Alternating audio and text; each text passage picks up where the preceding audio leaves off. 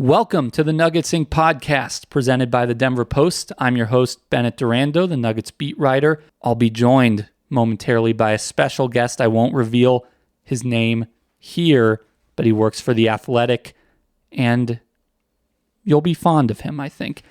We're talking Nuggets, Timberwolves. Denver is down 3-2 in the first round of the playoffs as we record this episode. They were down 3-1. Anthony Edwards and Dante DiVincenzo are out. Aaron Gordon dealing with injuries for Denver. Can the Nuggets pull off the 3-1 comeback? Does it really matter that much if they do at this point? How much glory do you really get out of this series if you don't go on to win the championship? What happens if they lose the series? Trades, changes, big changes coming up in the offseason? We're going to get into all of that and more up next on Nuggets Inc.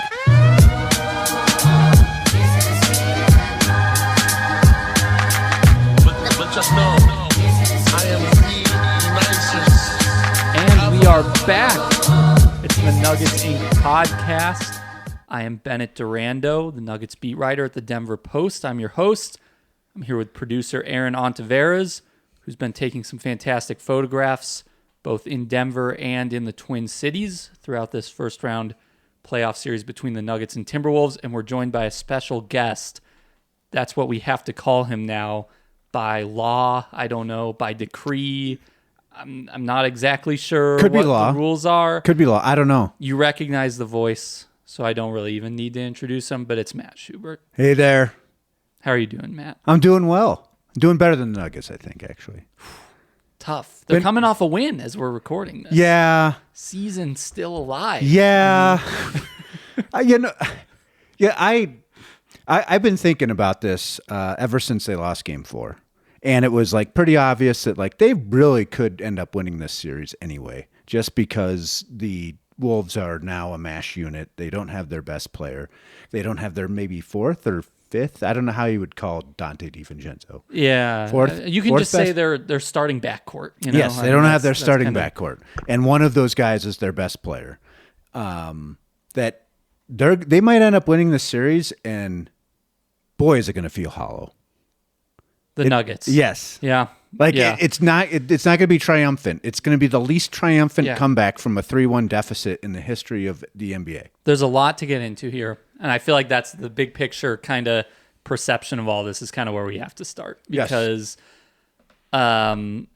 it's just weird. The series feels both especially weirdly low stakes and weirdly high stakes because of the developments that have occurred over the course of it, most notably the injuries to both DiVincenzo and Anthony Edwards in Game 4. Oh, and Aaron Gordon, if you want to include that. And Aaron Gordon, Peyton Watson has remained out for the whole series. So certainly I've had Nuggets fans annoyed that I have not described them as shorthanded while describing the Timberwolves as shorthanded. There's a difference between Ant and pretty much anybody that's off the Nuggets roster. I acknowledge that Aaron Gordon is extremely important and that Peyton Watson, in theory, could be very important in this matchup. Definitely.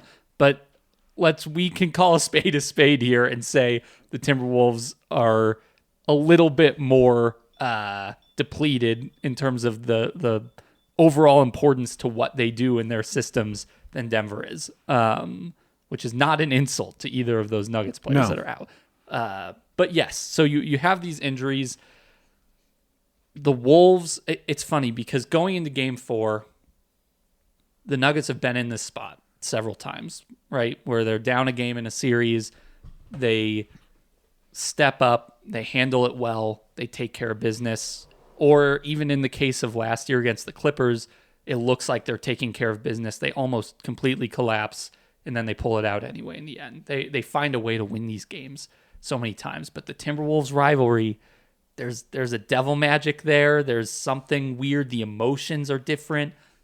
And this Wolves team, they talked their trash early in the series. It felt like And then they backed it up immediately. They were playing like a team. They kind of emasculated the Nuggets there for a couple games. They were playing like a team confident that they could pull off the upset. The Nuggets were playing frazzled, tight. I think like there was a lot of kind of timidness with the role players. Christian Brown, Cam Johnson, not aggressive enough, not physical enough offensively. Jokic was getting flustered easily, impatient when things weren't going well, when shots weren't falling for him. Rudy Gobert was getting the best of him in the matchup. Jamal Murray trying to shake free of Jaden McDaniels, kind of unable to. The shot select, he's been aggressive, which is kind of what you want to see, but the shot selection has been poor at times. He's kind of over dribbled into, past his first move into some of the counters where it just doesn't end up yielding as good of a shot as he could have had at the beginning of a possession if he's more decisive with it. There are all of these things, and it's piling up, and suddenly the Nuggets offense, the number one offense in the league, one of the best offenses in the history of the sport, is held under 100 twice in a row. They fall apart even with Edwards and DiVincenzo out. And sorry for the disruption just now. We had a little bit of an Amazon Prime play-in tournament moment, some technical difficulties. 4 minutes into the pod, I wanted to just restart it. Matt said, quote, "You can't fake magic." You can't. All right. We already had the organic start. I'm not going to fake it. I'm not into faking it here. Sorry. So here we are, instead trying to work through the awkward stoppage right there.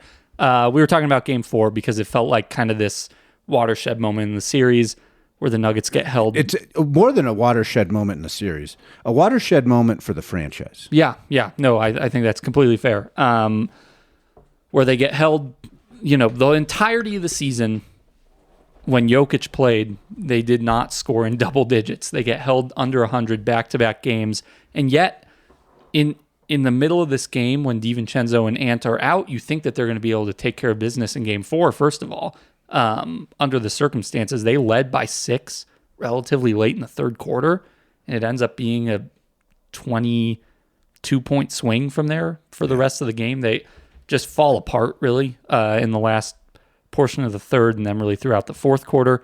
They come undone. They can't score, and they fall behind 3-1, DEFCON 1, and yet it kind of feels like also the most optimistic you can possibly feel about a situation while down 3-1 because of the injuries to Minnesota. I would qualify that. Optimistic in the sense that they probably will still win the series. Of winning the series. But I not don't know optimistic. about probably, by the way. But I think probably. We can get it. And but not optimistic about this team having any chance of winning the title this year. Yeah, Like exactly. at the end of that night, I was like pretty much convinced, maybe they find a way past San Antonio. Like they get, who knows? Maybe Wemby gets injured. It's impossible to say what could precipitate that.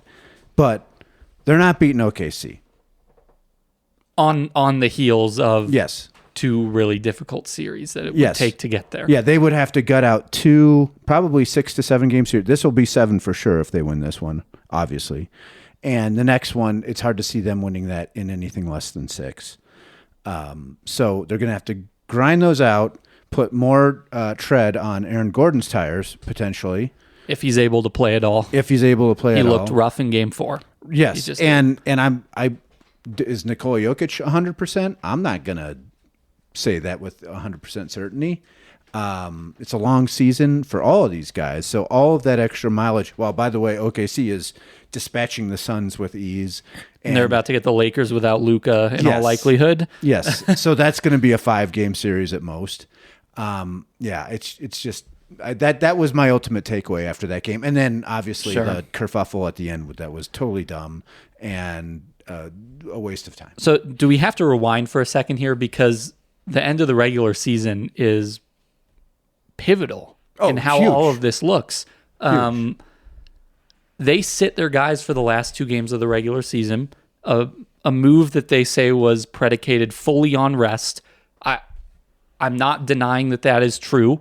There is an implicit openness to ending up on one side of the bracket there. I'm not saying that they were playing either the Rockets or the Lakers. Right. I'm not saying they were deliberately dodging or ducking the Timberwolves. David Adelman defiantly said, "We're not ducking anybody," after they won Game 82 in San Antonio. David Roddy became Jokic Jr. So I'm not saying they were deliberately doing that, but to sit all of those guys in the last weekend of the regular season whether they want to admit it or not, reveals a willingness to fall to 4 and end up on the side of the bracket with in all likelihood would have been Houston, which clearly looks like a team that's a shell of itself. Yeah. So they would have won that series. So you in have 4 or a 5. totally different outcome and perception right now, I think, if that is what ended up happening. Instead, David Roddy and the ragtag Nuggets reserves were incredible. The OKC game was one thing because OKC very much did want to lose that game for reasons that we're seeing play out right now. The San Antonio game was actually wild because the Spurs wanted to win. Yeah. And although they didn't play Wemby. We've talked about that off mic. You think that was like a botched thing by them. I don't blame them for if they felt like he was even a little bit injured, then it wasn't worth it. They had to feel confident enough that with their very talented backcourt that they could still beat the guys who were playing for the Nuggets that night. Sure. So I guess, yeah, it's just my thought is if you have a chance to put the Nuggets on the other side of the bracket and have the Nuggets and OKC play each other in the second round, you do everything possible to make that happen. And everything possible is trotting Wemby out. I think they did close to everything possible without being like potentially reckless. We're so far in the weeds. Sure. In any case, the Nuggets win that game and they end up in this Minnesota series with the Minnesota, San Antonio, Oklahoma City path, which kind of sets the stage for the first round with a general principle of if you want to make it through the West, big picture, you need a short series against the Wolves. Yeah, they needed to win this in 5. And it looked like they might for a minute. They're up 19 early in game 2, and the Wolves looked completely overmatched. And I think the Nuggets got a little bit cocky. They got a little bit complacent in that game. They blow the lead. It turns into a dogfight in the second half. A little bit of a chaotic game. It turned into like a kind of a messy track meet for a little while. Can I want to interrupt you. Mm-hmm. You could say they got cocky, complacent, and that's why the Wolves came back. I would also say that any time that you have, I think it was it 4-point plays?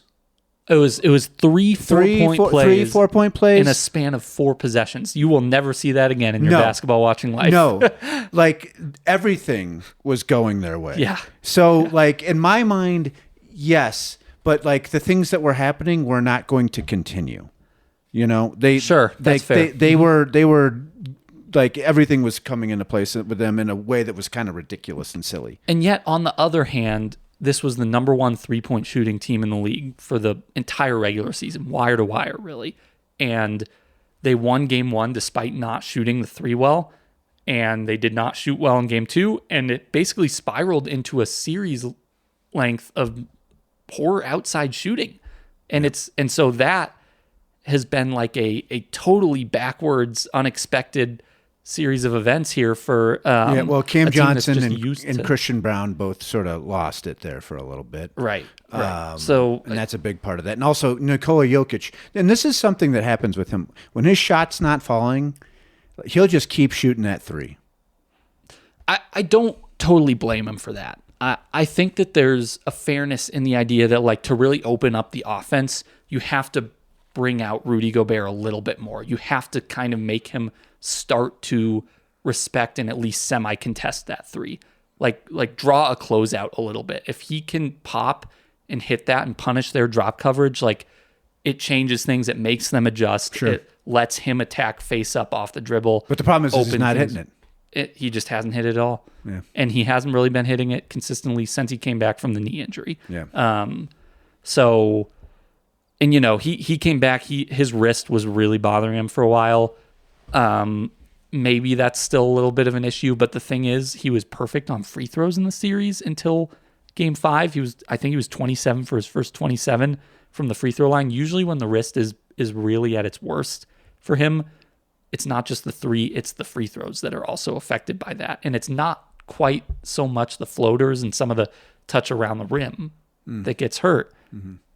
And that stuff has been bad in this series. Very. The free throws have been fine. So I think everyone kind of looks for excuses because they can't fathom Jokic not playing well and not scoring efficiently. And I think it's just a combination of he's having a bad stretch of games that's uncharacteristic for him, and Rudy Gobert is defending him really well one-on-one and making it difficult on him. I would at least like put in the possibility that he's not 100%. There could be something a little bit there. I've also heard from people around the Nuggets, like weight loss was a priority for him in recent weeks. I think you can see it. Like he's taken off a few pounds. He wants to have a sexy body. What's going on here? I just don't know. I'm not trying to get like tinfoil hat here or anything, but like you get to a different playing weight. Does that affect you at all as far as like in a really physical matchup against a 7'3", 7'4" big man? Like I don't know. So it's Nutrisystem's fault. This is why it's all happening right now. He went on the Atkins diet, and all of a sudden he can't finish inside. I'll reemphasize this. I'm really not super interested in injury excuses for him because he's for sure one of the best players of all time offensively, yes. and I think that he can handle it. If he's not playing well, that's just the reality of the situation. Well, and also like you get to this point in the season, pretty much everybody has some sort of situation that they're dealing with, like a bulky ankle or something. So anyway,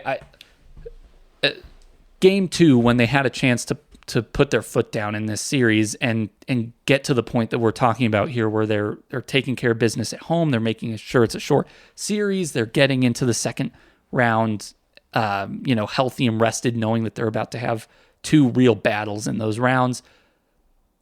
Game 2, I think the real kind of pivot point of the series is this possession where Denver's down 2 with 20 seconds left, and one of the very few successful plays where they get Jokic on the roll downhill with Rudy Gobert and Jaden McDaniels both behind the play, out of the picture. A nice pocket pass from Jamal Murray, a floater for the tie. It's one of the most efficient shots in the league. David Adelman, 2 weeks earlier, after they beat the Spurs in that incredible regular season game, said he would rather have Jokic taking his floater over the wingspan of Wembanyama than free throws with a game on the line. That's how much they trust that shot. Mm-hmm. He's going up into the shot, and then he passes it to Christian Brown on the ground in the dunker spot, with Anthony Edwards lifting up to try to jump and contest the floater from Jokic. A baffling decision.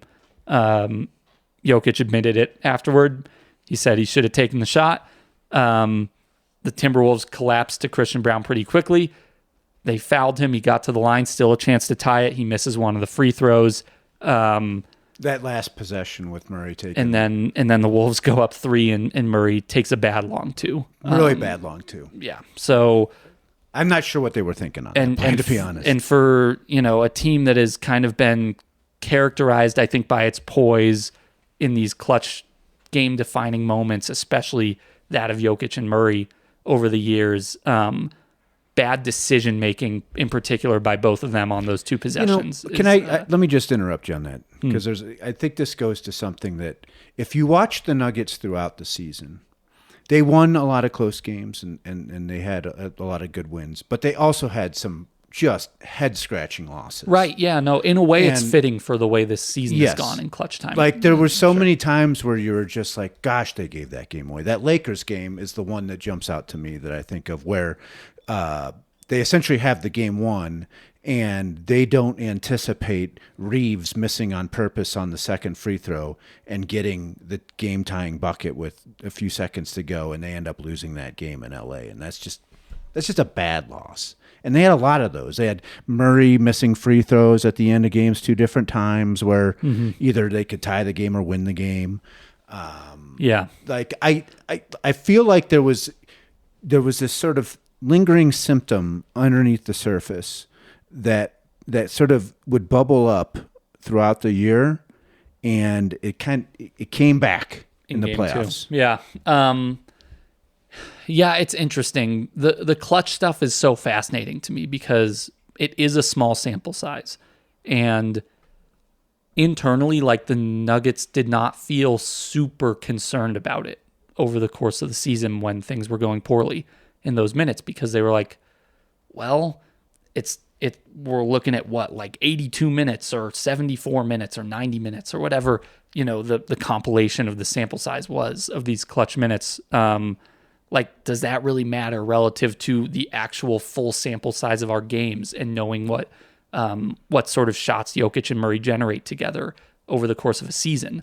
And I kind of think there's a fairness to that, sure. but if I hadn't seen them lose so many bad, but they did also like simultaneously acknowledge at times that their 2-man game got clunkier than it's used to being in some of those spots, and the spacing around it was always different because Aaron Gordon was out so much of the year, and Cam Johnson's out a while, Christian Brown's out a while, Spencer Jones is suddenly in the dunker spot, or should he be in the corner? What should Peyton Watson be doing? Where do you have, you've got Tim Hardaway now, like you're trying to figure out who's closing all these different lineups, and I do think that impacted things, and defenses would kind of load up on the 2-man game in various ways at the end of games, and they would have to kind of navigate where they wanted guys on the floor.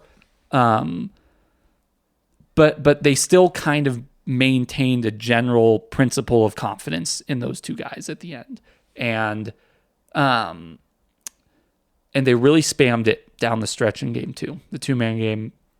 I don't think that they were able to get weaker defenders into the action as much. It was a lot of 2-on-2 with McDaniels and Rudy. There isn't a lot of weak defenders on the Minnesota Timberwolves in general. Yeah, no, it's a fair point. Like and this is something we can get to with kind of how the Ant injury affects everything. Like he was on Cam Johnson, right, early in the series, and now Mike Conley is. Look at the game Cam Johnson had in game 5 suddenly. Like there's a glaring weak spot on the perimeter suddenly that you can exploit and make him work. And more all this Bones stuff. Highland as well. More right. All sorts of things. So like there's more opportunity to hunt matchups, exploit things, get their role players into a rhythm, all of that stuff now. But nonetheless, you want to make things a little easier on Murray and Jokic in those spots by trying to like get Randall into the action a little bit more. Like you just even make Ant defend, even though he is a good defender when he wants to be, right? Like, and I don't think they did enough of that down the stretch. There were other times where they just went to Jokic in the post one-on-one with Rudy, and Rudy beat him. And that's kind of just what it was. And Jokic couldn't score on him. Which is shocking to see. Yeah, it's fascinating. Like one of the reasons coming into the series that I felt pretty confident the Nuggets would take care of business is because Minnesota it's become more in vogue to swarm Jokic in the post over the last few years, I think. Like defenses throughout the league are just like, whatever, man, we can't let this guy go on one-on-one. We have to try and annoy him and fluster him and triple team him and get him off the ball. And live with the results of role players taking threes a lot of times. Minnesota remains one of the teams that will double him less because of their confidence in Gobert. And Jokic, kind of over the large sample sizes, has won that one-on-one battle. He had a 61-point game on April Fool's Day a year ago that they nonetheless lost in double overtime on a sequence that I'll spare Nuggets fans from having to think too much about. That ended up getting Michael Malone fired and sent to North Carolina. He scored 56 on Christmas. He scored 18 in overtime, although I guess they put McDaniels on him a little bit in overtime of that game. But nonetheless, like he's confident going one-on-one he's done with well Rudy against a Rudy. lot.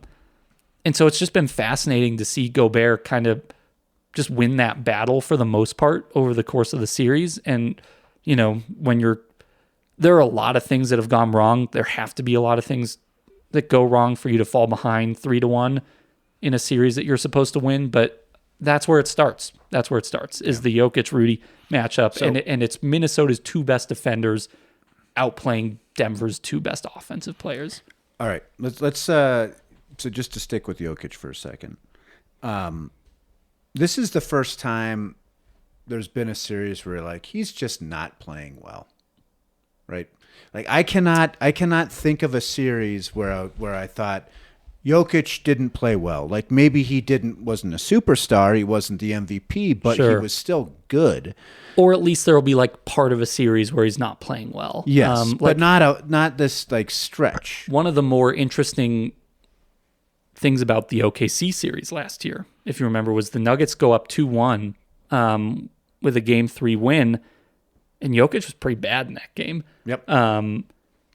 He might have been 0 for 10 from 3. It was just one of those games where nothing was falling for him, and they find a way to grind it out anyway. And that was kind of an interesting juncture because we were like, is Jokic having a bad series right now? And yet they're in position to potentially upset the 1 seed here. But even then, and they lose 3 of the last 4 in the series, and they get eliminated. But Jokic had a pretty fantastic Game 5 in OKC, yes, and hit the craziest shot I've ever seen him make over Chet in the last minute and a half of that game. Which So my your my point broader point is this, because I think he's going to get slammed if they end up losing this series. Mm-hmm. Like he already has been. Yeah. But it's gonna they're really gonna come out of the woodwork because this is like he really hasn't gotten a lot of criticism over the course of his career. Mm-hmm. Usually it's been, they have injuries, somebody else didn't perform, mm-hmm. somebody wasn't hitting their open shots, whatever it might be. He has kind of come out unscathed whenever they've been eliminated in the playoffs. That's not going to happen this time. And every superstar I can think of has had one of these series. Of course. It has happened. LeBron James. The Mavericks series. Against the Mavericks. I've seen the comparison made a lot of times. Kobe Bryant's had a couple of them. Sure. He had one against the Suns where he refused to shoot the ball in Game 7. He had the finals against the Pistons where he just was terrible. And you just pick a player. Pick a player, and totally. you're gonna find one. So, I wouldn't use this as a cudgel to say that Nikola Jokic was a fraud, but sure, I think people are going to do that. I could see that happening. Yeah, and I think it's going to be silly. Denver fans are going to handle it really well. Oh yeah, yeah. That's going to go over great, I'm sure, in Denver. But the timing of it is interesting because of the MVP vote and well, sure. I more so mean like within the story arc of his career because it's coming at age 31, not at age 25 when he's clearly on the way up. And so I think that the existential crisis that's going to sort of emerge from it is he nearing the end of his prime here? And is there going to be, even if it's ever so slight, a decline to where he's just no longer understood to be the best player in the league, and he's not just the alpha variable in every series he plays in. Do you not think we haven't hit that already? Maybe we have, but I guess that's kind of the point. I think the timing of it being right now, after he's had so many pretty unimpeachable performances in playoff series before, makes this a fascinating one. Just at this juncture of his career. Well, because it also cascades over into the franchise, right? Exactly. You're gonna if they end up losing this series, and I remember reacting in real time to Game 4 as it was happening in the fourth quarter, just saying what a disaster this loss could be for the Nuggets, and it's because if you get to the summer and you just lost to that Timberwolves team in the first round, what do you do? Now you're like, okay, well, what happens? Mm-hmm. How in the world are we going to get to a place where we can compete with OKC and San Antonio when we can't even beat the Timberwolves in the first round? Yeah. So I'm not a columnist. I'm merely the beat writer, but I tweeted this the other day as I was kind of thinking about it, and fans were, in their crisis mode. I think that the Jokic element is the most difficult reality for fans to come to terms with about why this series has gone the way it's gone, because point your finger in other directions, the role players, if you want to say coaching, like we can get into Adelman if you want, like you can demand a specific change with that as a fan, and that feels comfortable, right? Yes. Like, oh gosh, if we just get a different coach in here, then everything will feel better going into the next year, and we'll feel like there's more chance. If it's the role player's fault, like screw it, let's trade Cam Johnson, let's trade Aaron Gordon, let's trade Christian Brown, and surround them with different types of players, and then everything will be okay. And when it's everyone's to blame when a series is going poorly. You lose as a team, but when the superstar's losing his matchup, that's the number one reason, I tend to think. And that's difficult to square as a fan, because you can't say, well, then let's not offer Jokic that supermax anymore this summer. Right. Like, obviously, you still want to offer him that. He is your best player, maybe in Denver sports history. Like, you want him around for his whole career. And like, there's nothing. I heard somebody just for fun discussing Jokic trades on another podcast, and I was like, first of all, there's just no way that's happening, right? A Jokic trade? Yes. It would have to be. He'd have to demand it. Out. Yeah, exactly. Yeah. And do you see that happening? I don't see that happening. All evidence suggests no. I mean, like that would stun me. Obviously,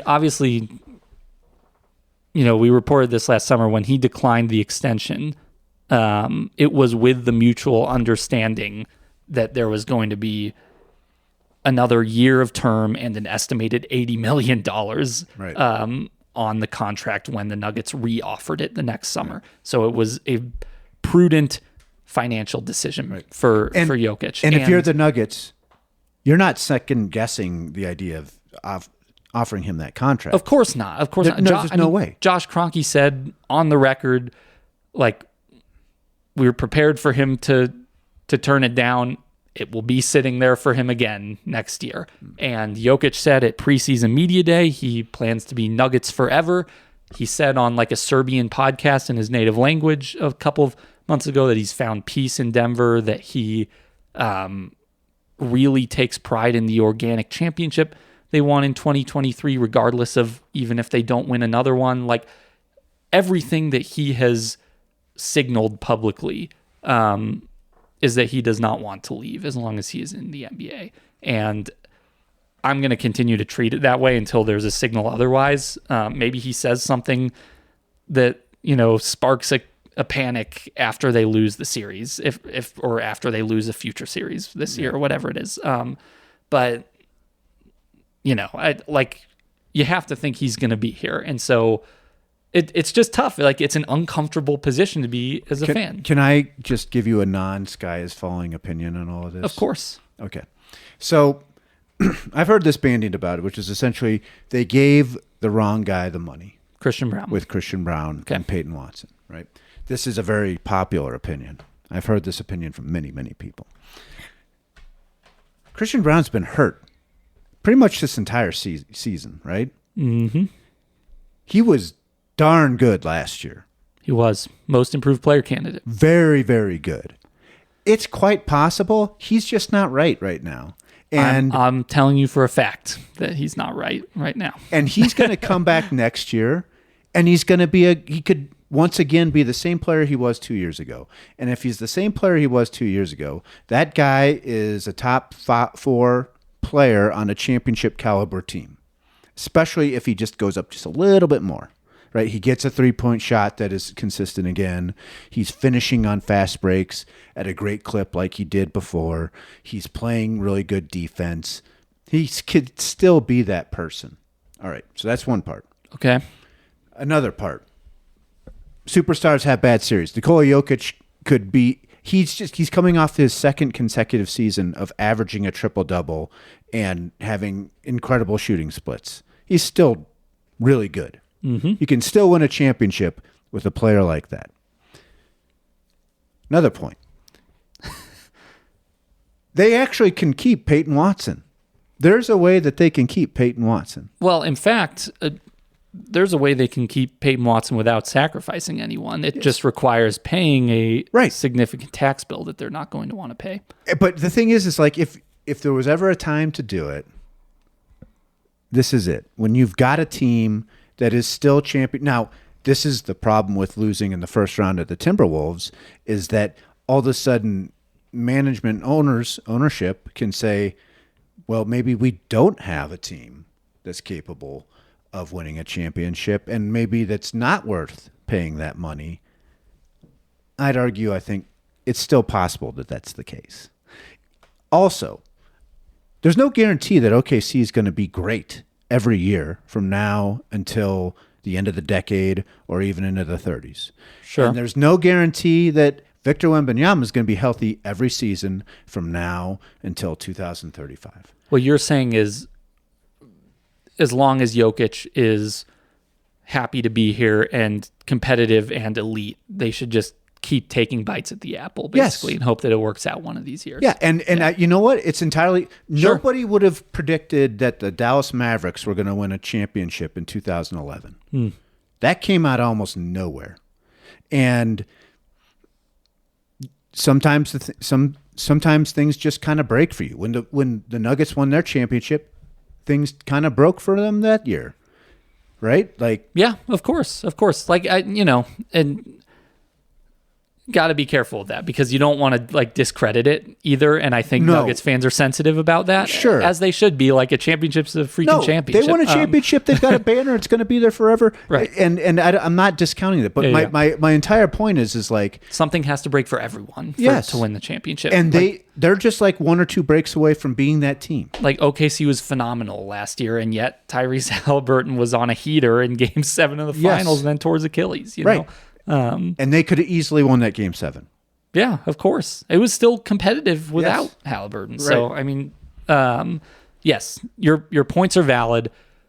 At the same time, we should indulge people's panic a tiny bit. Yeah, and talk about that. I enjoy going, just steering into the panic as much as anybody. So, if they lose this series in 6 or 7,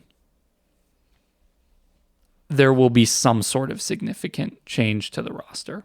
Or the coaching staff, maybe? Maybe. Yeah, so the coaching thing. I don't want to report anything because you just never know. You never really know. I've asked quite a few people about it. I think Adelman is safe. I don't know it. And if they'd have lost in 5, I think everything's on the table. Exactly. That's why I don't want to treat anything as cold hard fact right now. Yeah. And it's going to be hard to stomach if they lose this series to their rival, and lose 2 of the games when Anthony Edwards was not healthy enough to be on the floor for the end of those games, right? Like, that is difficult, and it's a regression, and it's a failure for a team that felt like it could compete for the championship. Yes. So I'm not trying to say like it's off the table. I think personally, my opinion is I think Adelman is safe. We'll see. Obviously, fans are not thrilled with David Adelman right now. I think he's an easy punching bag, probably. Like, he's a first-year coach. Michael Malone was a fan favorite in part because he ripped into the team publicly often. And there is a tug of war between the court of public opinion and the court of the locker room. And Michael Malone sacrificed the court of the locker room for the court of public opinion by the end of his tenure. He was popular with the fans for this. The fans felt like it was him holding them accountable and making sure that they had the right competitive fire and all of this stuff. And the players were sick of it by the end. They just were. And David Adelman feels less inclined to treat it that way. I think justifiably so, because we saw what happened with Michael Malone. And fans are frustrated at Adelman for not having the same sort of tenor and tone in a press conference, right? For fiercely defending his team's competitive spirit after the Game 4 loss. I I don't think that's a valid reason to criticize a coach, really, because there's kind of a catch-22 in these situations where Ime Udoka like crashed out on his team after the game 3 collapse, and said that they were shrinking in the moment or whatever and were too young and all of this stuff. And he's getting ripped, in the discourse and online and all that crap too. Like he's getting called that's terrible leadership. Like what are you doing? Not like taking it a little easier on your guys and trying to have their backs somewhat. So Adelman has his guys' backs and people are mad at him for it. And I just think there's I don't think it's the right reason to be mad at David Adelman. I think if you want to find tangible criticisms for him within this series, that's completely fair because they're losing a series that they should have won. But is it like, I don't watch the games and think, wow, they're just getting schematically torn apart. I don't think so either. I mean, look. Like if Nikola Jokic was playing up to his level, exactly, they'd be winning this series. I agree. I generally think it all comes back to that for the most part. But Adelman's the, offensive wizard here. And he has been for a long time for this team. He's been... and they were darn good offensively this year. Exactly. They were fantastic with him as the lead assistant and as the offensive coordinator, and they've been the best in the league with him as the head coach and with even more sway this season. So, like, his mind and his way of thinking about the many ways you can use Jokic in particular has been massively valuable to this franchise. So that means that when they get held under 100 twice in a row on the road, he has to be accountable for that. Like he is part of the problem with that. Everyone is, but But Nikola Jokic shoots under 40% in 3 straight games. Exactly. I think that's the bigger problem. I tend to think. I'm sorry. That's not on the coach. Yeah. I like maybe there are ways. Look, there have been a few sequences in this series. Particularly in the second quarter of game 2 and at one point in game 4, maybe the third quarter of game 4, where Jokic has been on the floor, Rudy Gobert has been off the floor, and the Nuggets have ignored Jokic and not established him on the block because Minnesota doesn't really have options to guard him effectively, like when Gobert's not playing. Like Jokic can handle Randall. Obviously Randall's giving up inches instead of having a wingspan that affects shots more. Can handle Naz Reid, he should be punishing him. He should even Kyle Anderson. If those Minnesota, by the way, it's kind of interesting. They've gone with some of these 3 big lineups. Just kind of fascinating stuff. They kind of have to now, to be honest. Yeah. I mean, they're in throw anything at the wall right now, right. But so I think there have been sequences where it's man, the Nuggets needed to be more organized offensively and more disciplined and punish certain lineups where Jokic should have just been the trump card on the floor, and they didn't. And I don't think it's unfair to point a finger at Adelman to some extent for that. Like you're the head coach, you're the offense guy. That's partially on you. That said, I tend to agree with you in large part that Jokic as the player and as the superstar player and as the player that some people want to call the best offensive player of all time probably has to be even more accountable for all of that. Right. He probably has to be the number one it's in terms of a blame list or whatever. So he just hasn't played well. Yeah. That's you can't argue that. Exactly. So anyway, that's kind of the Adelman element of it. So, all right. So then I guess if you're not paying the tax and you want to keep Peyton Watson, there seems to be only one move. I think there's multiple. You think there's multiple? There's one obvious one. The obvious one is Cam Johnson, right? Yes. So Cam Johnson's going to be an expiring salary of about $22 million next year. That's pretty reasonable. That's for a guy who shot 43% from 3 this year. With good positional size at small forward, of course you can talk. I think a tanking team like the Nets, who had him as a first option basically before, or a different contender that wants him as as a quality Houston role Rockets player. could use him. Right, of course. Like I think there's a multitude and a variety of types of teams that Orlando could talk Magic themselves could use him. into that expiring salary. Detroit Pistons could use him. I could think of a lot of teams that could use him. Exactly. So like I think Cam Johnson very much has value. And if they decide Peyton Watson is a priority, keeping him as a priority, and we want to be ducking apron thresholds or the tax entirely, then Cam Johnson's probably the number one guy right there, like the most obvious one to trade.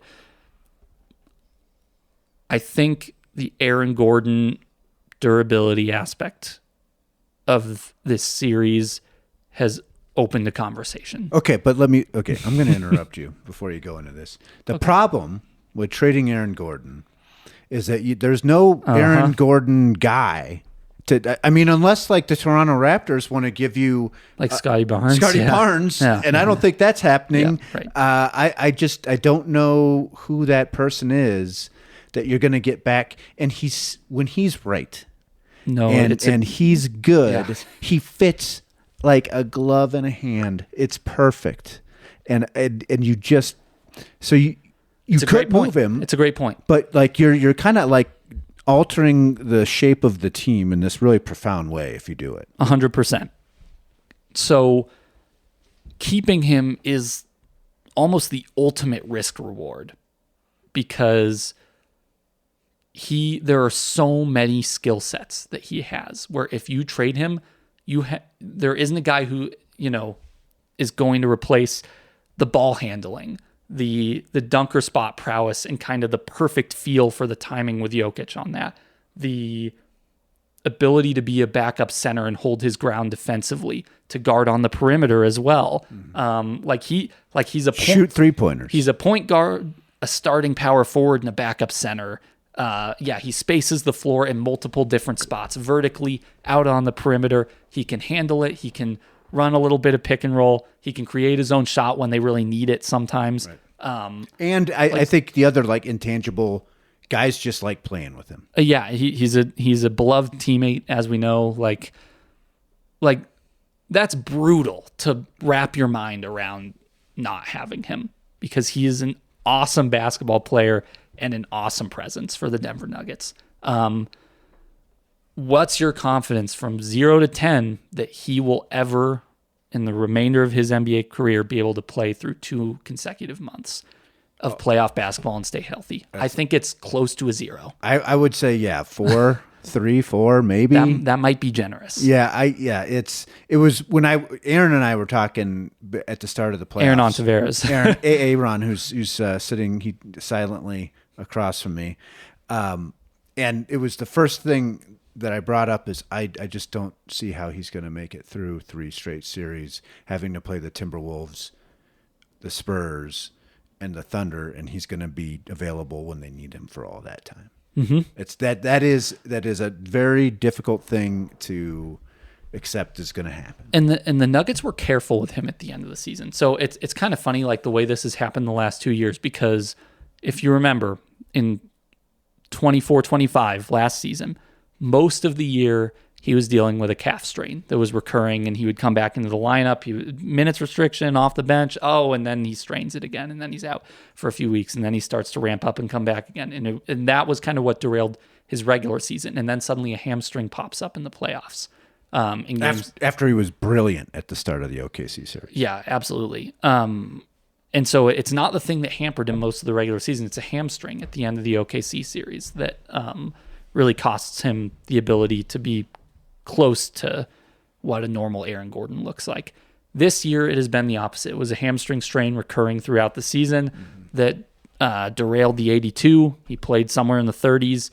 And then late in the regular season, a little bit of calf tightness popped up, and now it's the calf again. And it's the other calf from the one that was bothering him all of last regular season that has bothered him in the playoffs. And the Nuggets felt like they managed him decently well, I think, at the end of the year. Like they, trying to get him rest and everything was obviously the top priority. And he comes into this and they're thinking, all right, he's probably going to get hurt at some point in a playoff run, but hopefully we've maximized our chances to get him through at least as long as possible before that happens, and then we'll cross that bridge when we get there. And then they had to cross that bridge after the second game of the playoffs of the first round. And so, all right, another part of this, outside of the health thing, well established. His contract is not of the size to bring some sort of big multiplayer return that you kind of would need. You know, I think he's what, at 30? Yeah. And you're trading him at 30. All right. I believe he turns 31 in September, if I'm correct. No, I'm talking about the money. Sorry. The annual like what is his annual money? So this is the last year where he makes in the 22 million range because he took one for the team. Right. So if great teammate, by the way, as we've alluded to. Incredible teammate. So if they trade him this summer, are they trading him on that 22? Or are they trading him on, what was it, like 40? So it goes up to around 30. Okay. I think it's like 31.8. Okay, so that's actually not a big contract for a player who is as important to the Nuggets as he is. Sure, it's big. It's not gigantic, you know. To your question about which it is, like obviously, if they decided we are at that point and we want to trade him, like they could finagle it on either side of the calendar, the league calendar, basically, for whatever salary matching purposes they would have to do it for the 30. There's just no way. Yeah, but I would also imagine that they would be taking back a lesser salary as part of their aim to get under the tax. So, like that looms over all of this. How much do you think Peyton Watson would command as an unrestricted free agent? It's going to be fascinating. Like Christian Brown's an interesting benchmark, obviously, here because he's on the 25 million average annual value, which I've also heard a lot of people like, you know, I guess we can get to him in a minute. But like, is Peyton going to be worth more than that? He's probably going to try to seek more than that. The Nuggets might hope to pay him around that number or less than that. Like, you know, obviously that's some of the tension here. You have takes one team. Exactly. So you can go through the team. Like, does it behoove the Nets to offer him $30 million? Does it behoove the Bulls to offer him that much? I don't know that it does. Maybe I just don't know. Like the Lakers are obviously a factor here. We're not that far removed from Dylan Brooks getting a huge contract. Sure. And that was a situation where it literally was just one team that was willing to give him that money. Had a pretty good year. He did. He was solid. Yeah. So yeah, it's interesting. Like who's gonna make the Nuggets sweat this summer is just a fascinating. The Lakers could. Like if they move on from LeBron, they could offer him big money, and he's from LA. Totally. I would very much expect Watson to be someone that they're interested in, depending on what the other moves are. But he fits them really well. It could get interesting though with their cap space because, like, I mean, who knows what Austin Reeves is about to demand? LeBron has become a little bit more of a nuanced situation than it was, just because of how he kind of adapted to his role late in the season. We don't need to go down a Lakers rabbit hole. But, he's not getting $50 million a year. Yeah, I know. But anyway, so interesting dynamics with the Lakers. But yeah, Peyton, like the number is going to be interesting there. How far the Nuggets are willing to go is going to be interesting there. I do think they want to keep him, but like there are tough decisions to make, especially when the ceiling that his representation is going to be kind of leveraging in these talks is a 1 month sample size out of a 4-year NBA career so far. So he was fantastic for that month, and the Nuggets desperately needed him to do everything that he did as an on-ball guy. But it's risky to count on that 1 month kind of being, a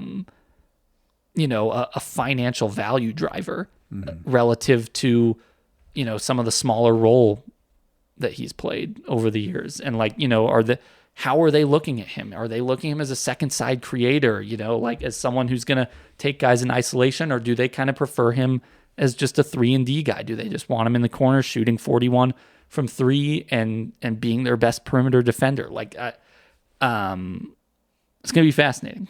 Anyway, the Gordon thing, like you're right. I don't have a great feel for what the what the team's interested would be, what sort of return the Nuggets would be looking for. Like, I don't know. You're right. I don't know that you can get like 2 good rotation players for him in his 30s. And Jokic has always played with like a power forward like Millsap or like Gordon, who was like kind of a tough, big, like you kind of need that guy with him. And Millsap could also shoot a little bit. And those aren't like just easy to find. No, they're not. They're not. That's not something that's like ubiquitous in the NBA. Right. And, Peyton Watson shouldn't be your starting 4, No. Like he's not big enough. He's a 3 or a 2. Yeah, right? I agree. That just seems like the way it works. So There's no way that they're going to move on from Brown. So that's the next one we can get to. It's been bad. He's been bad in this series. Yeah. It's been a disappointing season. I've mentioned the injury stuff. Like, he tore ligaments in his ankle. It was a bad injury, and he came back too early from it. He had to miss more time. He's been adjusting to life with kind of a different post-game treatment process than he ever had to do previously. He's obviously had a history of being like remarkably durable, like throughout his basketball career, not just in the NBA. And this has been a weird adjustment for him. And, he's got swelling still, like around his foot and his ankle, like after games. So, I don't want to be unfair to him and not mention that context, because I think it's important and it can impact things. But he has been bad also, and that's pretty frustrating. So trading him might be bad business is kind of why because it's at his nadir of his value. Yeah. And so he will be starting the extension. Like, people forget his cap hit right now is $4.9 million. Like, it's not the $25 million average annual value yet. Like, also, I would remind people the cap keeps going up a decent chunk every year right now, and that $25 million average annual value is not what we perceived it as 3 years ago even. It's going to be it's role player money now. That's what role player money is. Exactly. So it's good role player money, but it is role player money. So it's an ascending deal. His cap hit next year is somewhere in the 21 to 22 million range. It's like 13 to 14% of the cap. So it's not that big of a deal. But it's 5 years, so it's a lot of term. And it could become a bad contract if he does not kind of return to the form of his third season. It certainly could become a bad contract. So off of this year and the way he's played in the playoffs so far and all that, I don't know what teams are going to be super eager to take him and give something up meaningful. I just don't think that you get anywhere productive as a franchise by trading him right now. Well, you'd probably have to attach a draft pick. I mean, yeah, they don't. Right? That seems like... That's not really something they have a bunch of right now. Exactly. So, and the one their first round pick this year, I think they want to keep. So I that could change maybe, we'll see. But they're going to need cheap salaries at the bottom of their cap table next season. So that guy on a rookie scale salary taken with the 26th pick in the draft is something that you want. But yeah, so that's why I kind of consider him less likely, just because I don't know where it gets you. I think it would be bad business. I think it's probably more prudent to be patient with that for now and let him go through an off season off of this ankle injury and see if he comes back looking more like what he was in his third year. But I'm not gonna say it's off the table either. Like this kind of loss opens up the possibility for anything. You could even make a Jamal Murray argument if you wanted, a sell high argument on him and totally establish a hierarchy around Jokic. That's just totally changing your identity. Yeah. Because I mean, him and Jokic, that is the core of the Nuggets. I tend to agree. I still think of Murray as like the perfect guard for him. Yes. And he was one of the 10 best players in the league this season.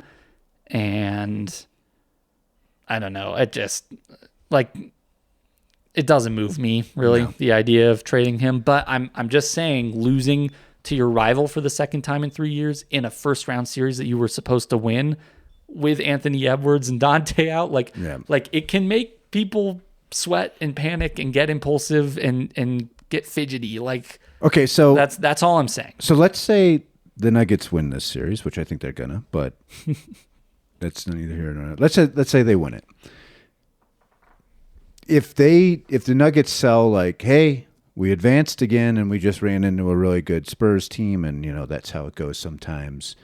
Can they make that sales pitch, like if they play the Spurs to a tough 6 or 7 game series, and say, you know what, we're still a championship contender. We just had we bobbled things a bit in that Minnesota series, but we're fine. Full steam ahead. Nothing to worry about here. Can you would you believe that sales pitch?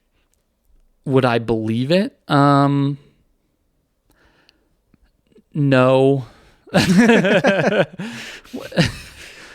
It would be hard to make, I think. I mean, part of it is that the Spurs are very clearly still on an upward trajectory. So, like, if you lose to them head to head and the direction Wemby is going in and their young backcourt is going in,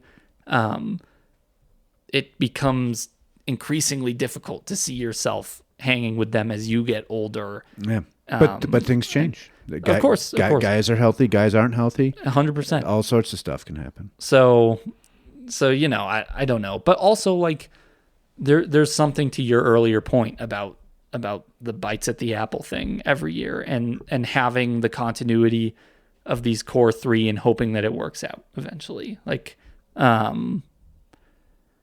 I just don't know. I mean, they're going to have to, I think they're going to either lose Peyton Watson or trade at least one starter regardless this offseason. Like, that's just because if everyone stays, they're a second apron team and they're a repeater tax team and they're paying additional penalties of the second apron and additional penalties for the repeater tax. And that's a lot. And I don't think Stan Kroenke wants to do that. So, I have an extremely hard time imagining just like everyone staying here and running it back all the way. Yeah. And if you're a fan, you can be frustrated about that, like that sucks. So someone's going to be gone, and it's just a matter of like, does the perception change with a series win here? And suddenly you feel like it's just the Cam Johnson trade and keep Peyton Watson, or you're choosing between those two. Or if you lose, do you get a little bit more existential about Aaron Gordon or something like that? Like, those are the things that you can debate, I think. Like, does a series win or series loss change anything about how drastic you want their front office philosophy to be going forward?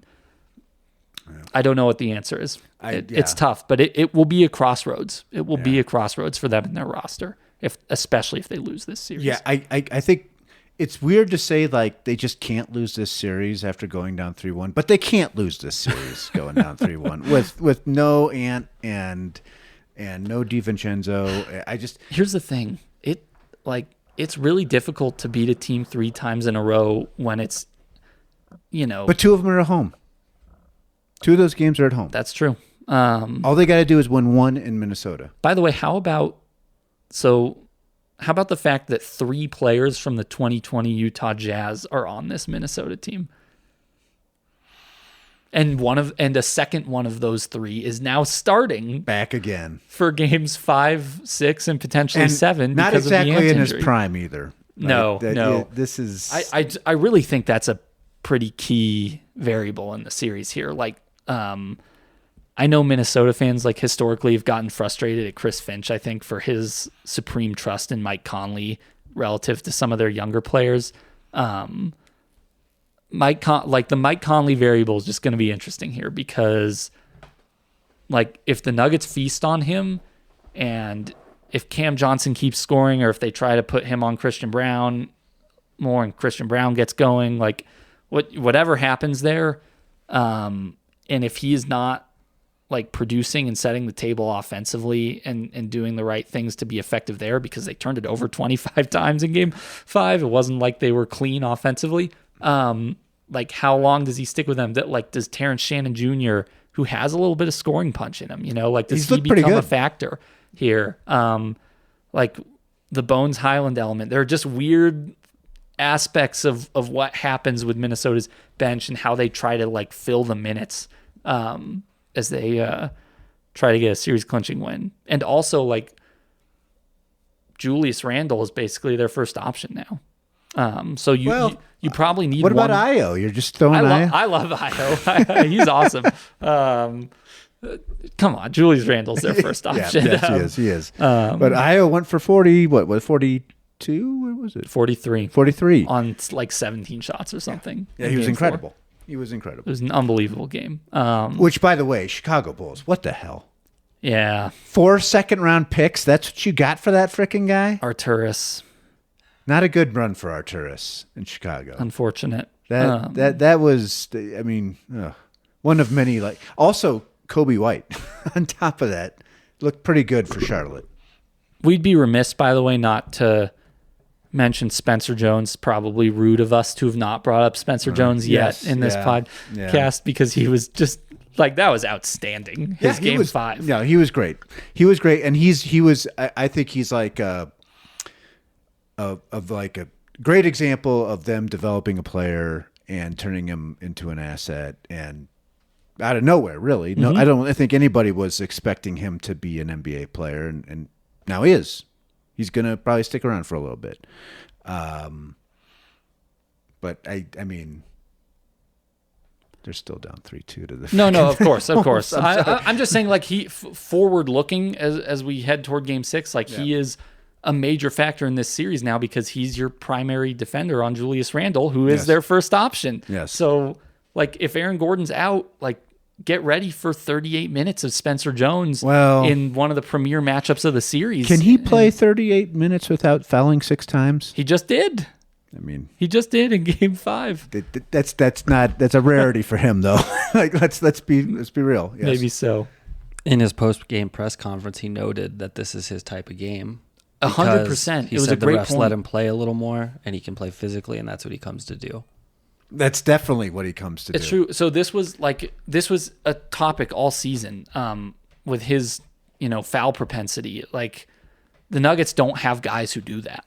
And so it's kind of weird to see him, like, awkwardly get into quick foul trouble and all this stuff. And you're like, oh, is this undisciplined? Is he getting a bad whistle? Or is he trying to kind of establish a reputation for when it matters? And the Nuggets were like, hey, like young guys aren't going to get as much benefit of the doubt. But if you make sure that it's clear that your precedent, your baseline is defending a certain way, then with time, that is going to help you. The OKC Thunder principle. Indeed. Like, and it's totally true. And so the Nuggets, like, they were kind of okay playing that long game with him throughout the regular season, and it looked like there were growing pains as a result.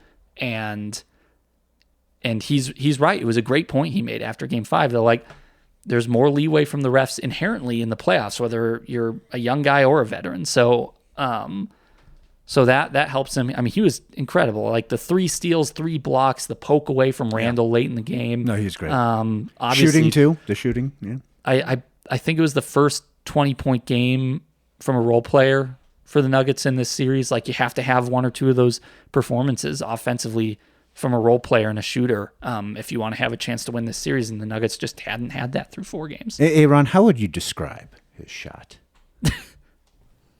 It's broke.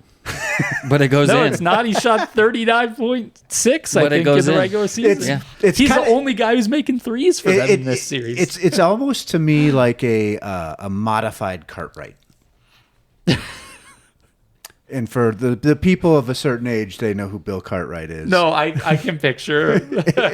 It's got a little bit of that Cartwright to it. It's as I was writing about him last night, I was like, I describe it as like zigzaggy. Yes. Like yes. it's like the hips kind of like Yeah. jolt one way Right. while the arms go the other way. Yes. It's refreshing to see that because AAU basketball has sort of drilled a certain shooting form in everybody. And if you go back and you watch like 80s basketball, you'll see all of these funky shooting styles. Like there were so many guys that had different weird ways to shoot it. And it's just kind of fun and different.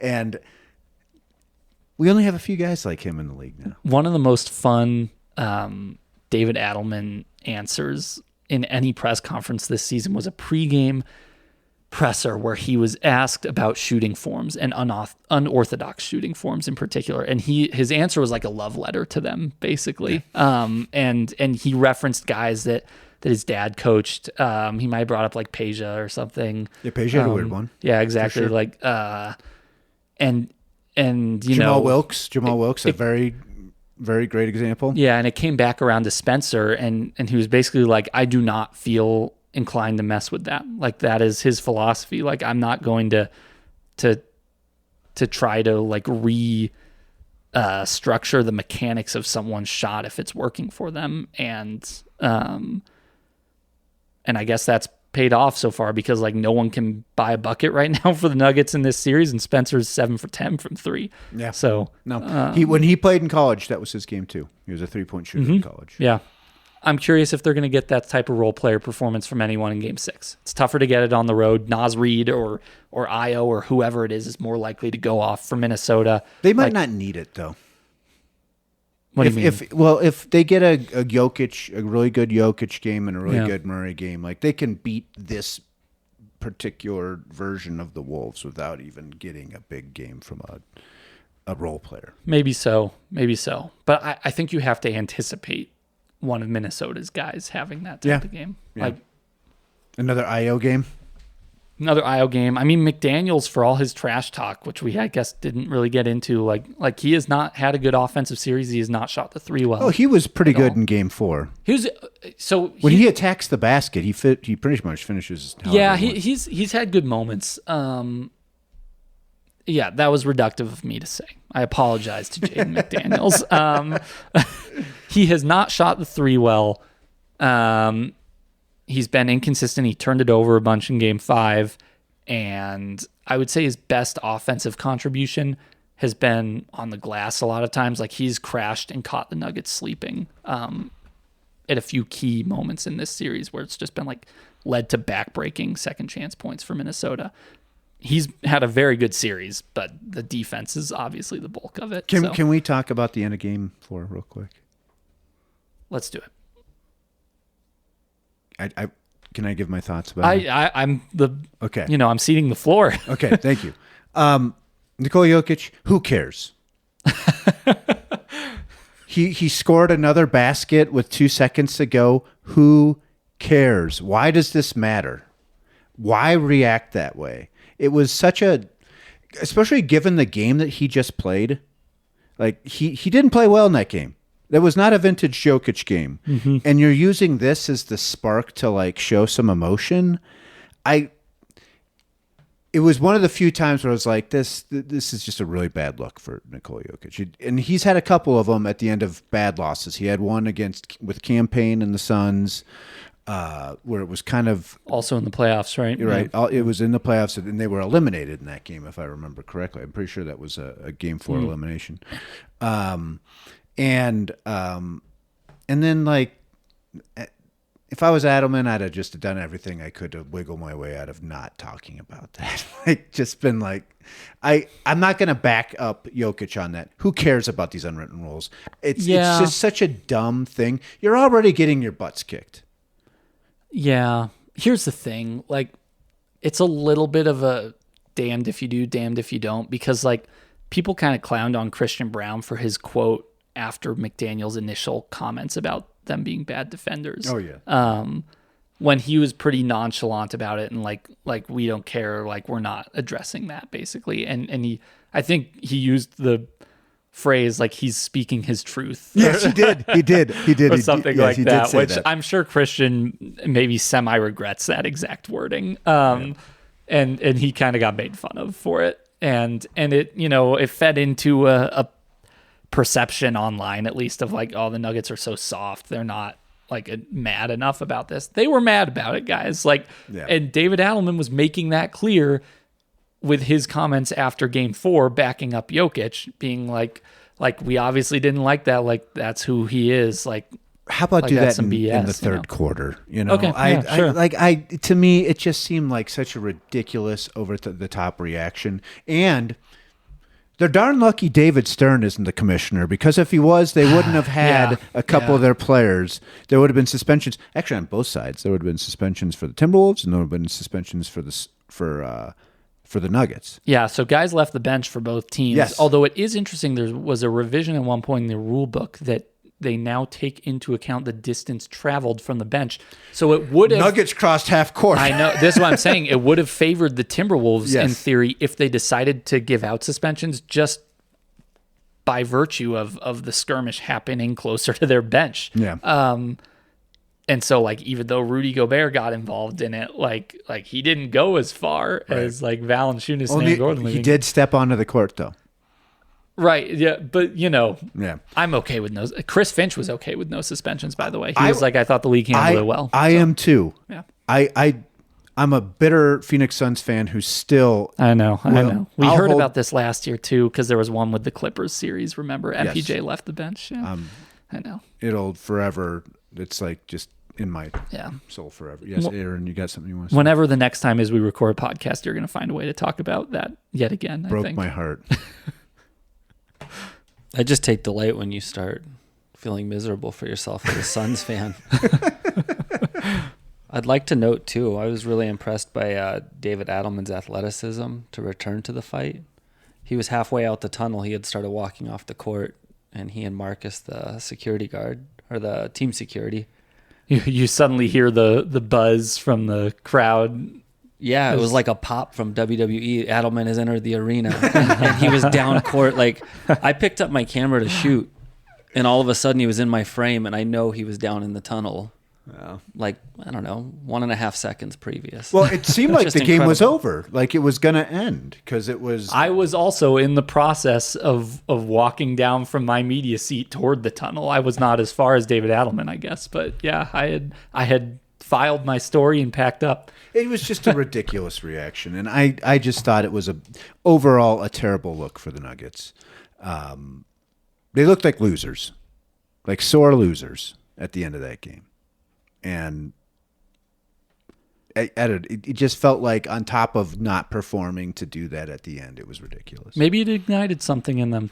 Who knows? I asked Jokic after the game, is this kind of like when a coach takes a technical intentionally to get a team fired up or whatever? And he said no. Oh, he didn't take the bait. That's a real surprise. I know. Real surprise. Who would have guessed that? Yeah. How about that? Okay, we've gone on long enough. Yes, we have. This was great. We have to talk wins. We have to talk wins. I know. I have one more thing. Wins draft. It's been great having you on. Let's do it again soon. We did a wins draft before the season. You've since left the Denver Post. And so we never really got to give updates on it. But we have the results. Only I know them. Matt and Aaron do not. Can't wait for the results. I think I won. We all drafted 10 teams. I think Matt won. In third place with 391 wins. I'm going to guess Aaron. Yes. The Pelicans did not pan out. The Pelicans, which were not one of your last picks, they were... they were your seventh, but you took 3 teams after them. So, well, they weren't a bad tanking team. They actually were trying to win games. I would have taken them higher. Aaron's back half of the draft is rough, with the exception of Phoenix. He took the Grizzlies. And in fact, his last 6 teams drafted were the Warriors, the Grizzlies, the Pelicans, the Suns, the Kings, and the Nets. Oh, yikes. Yeah. So he didn't, the Suns were his only real diamond in the rough there. Yeah. And MPJ had a career year. I don't regret it. Yeah. Your big gem, I'll give you credit for this, was the Pistons with your 4th round pick, 1 seed. Well done. This was not a playoff wins draft, so no, it was a successful pick. In second place. By the way, I watched that, almost all of that Pistons game last night. I'm way into that series, and I don't know why, because it's terrible basketball. I don't know. I mean, like, it's fun, gritty defensive basketball and all that stuff. It's a lot of missed open shots. Seems like a lot of turnovers from Cade. And, It's well, and Duran just completely all the things disappeared. that people sort of predicted being flaws about this Pistons team in the playoffs are coming to fruition, basically. Yes. Second place, 417 wins. That is a total of 26 more than third place. This will determine your winner right here. It's me, Matt. Winner. Matt, you won by 5 games. It was really tight between us. Wow. Well, and you know what turned it? It was the Lakers versus the Clippers. I picked the Lakers before the Clippers got chosen. But you had and I was dogged. I was dogged hard for that pick. But the Clippers salvaged something at least. They contributed for me in the end. Yes, but not. I think a good 10 wins more by the Lakers over the Spurs. I'm sorry, over the Clippers. You had a very fascinating draft. You had both the Thunder and the Spurs. You had the Spurs with your 5th pick, probably the best pick of the draft. Great pick. And yet you also had the Bucks around earlier than the Spurs. With your 4th pick, you can't hit a home run every time. So you had the Bucks, the Spurs. In fact, were sandwiched by your 4th round pick, the Bucks, and your 6th round pick, the Pacers. Yikes! And you still managed to win in spite of those 2 picks in the key middle rounds, thanks in large part to the Thunder, the Spurs, the Rockets, and the Lakers. So you get 422 wins. I think I had the Hornets too, did I not? You had the Hornets 9th round, so that's another good pick. I had a pick of the draft contender with my 7th pick. I got the Celtics. Yeah, that was a good one. So that was a real good one. They might win the title. Um, I could see them winning the title. Yeah, no, it's not impossible. I had a lot of good, not great teams on my roster. The Cavs, the Magic, the Clippers, the Hawks, the Sixers, the Blazers, and the Raptors. All teams that were over 500 winning and records. Contributed, but didn't give me that Thunder Spurs punch. The Celtics were my winningest I was going team. for launch angle. On launch angle, I'm trying to hit it out. So your high highs and low lows defeated my steady hand by 5 games. Congratulations. We'll figure out a award/punishment or something for Aaron next time we do this. So all right, before we sign off, who's winning the title? Thunder. Thunder? You think so? I know you're going to say it. You know what? Just for fun, I'm going to say the Spurs. Yeah. Aaron? I guess I'll take the Celtics. I thought you were going to go Nuggets there for a second. All right, well, I'll say the Nuggets. That's the real bold pick here, because by the time people are listening to this, their season could be over. That's true. We're recording this, I guess, most people will listen to it before. We're recording this 48 hours before Game 6. So the Eastern Conference Finals might be the Magic and the Celtics. I mean, we'll see. Franz is hurt now, so everyone's getting calf strains. Good job, Adam Silver. What if it's like the Raptors and one side of that bracket is not like the other. Not like the East is a powder keg as a whole, but no. But the Knicks, I could see the Knicks making the finals. I could see the Celtics making the finals. That's pretty much it from the East. None of those other teams. I don't. The Cavaliers. We'll see. You could sound pretty stupid by the time people are listening to this, because Knicks Hawks Game 5 is about to tip off. Maybe they will have lost that game at home. And listen, the Hawks are a wonderful story, but they're not. They're not going to the finals, and I don't trust them at all. You might recall that you were really jealous, I think, when I took the Hawks. I was early in the draft. I was. Although the funny thing is that they took off as soon as they got rid of Trey. This is the fun. I had multiple teams that kind of salvaged something late in the year. So good for them. Happy for them. We'll see what happens with the Nuggets. I have thoroughly enjoyed CJ McCollum's playoff reawakening. Yeah, it's fun. It's fun. He's been, playing meaningless basketball a lot recently. So cool to see him in these spots again. I have Obviously, also, Nuggets fans have bad memories of him. And yes, speaking of, well, he shut him down. I know. Yeah, that was that was the Nuggets kind of getting their feet wet in the playoffs.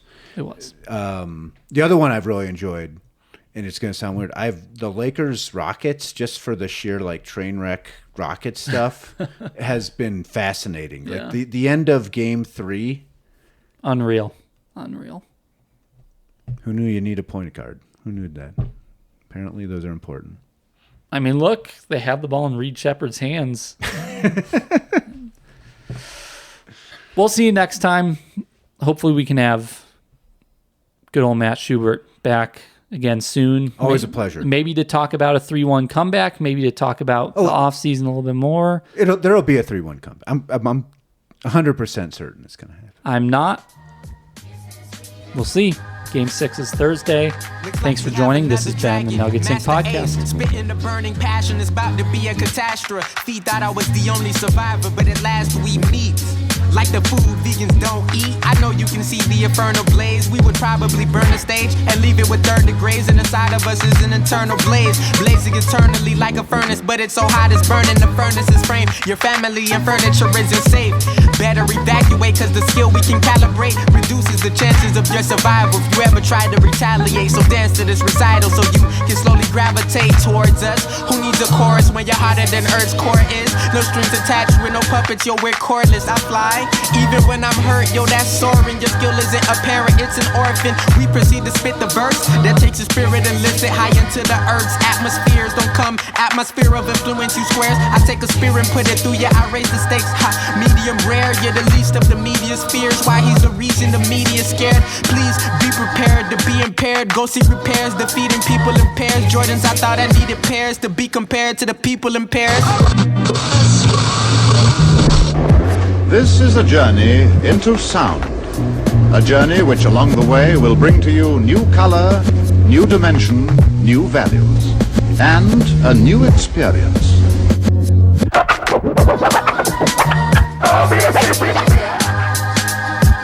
Gather round hip-hoppers as if you're still living. Still got love for the game, I'm still giving and still driven. Like Diddy in the Maybach. I've been repping for the city since way back. All y'all rappers better stay back, cause you still can't find me. I'm a needle in a haystack, a rare breed sitting high up in the chariot. What y'all do is getting high up in the Marriott. Well, consider this your wake-up call. If you're married to the game, this the breakup call. And you ain't wearing a crown if you're not tearing it down. You clowns get found right there in the ground, 6 feet, dirt nap, that's because your shit's weak. I'm a giant, you a pipsqueak. Welcome to my kingdom, yup, the throne has an occupant. Read my name at the bottom of the document. Check the scroll, giving good times like Esther Roll. Peace to Keith E, God bless the soul. Trying to get more checks to hold. On some slick Rick, Mr. T shit, big chest of gold. And the flow still extra cold, like the North Pole, cocaine snow, another lost soul. Bow down, it's the Grand Royal, yup. 20 plus years in the game, and still the fans loyal.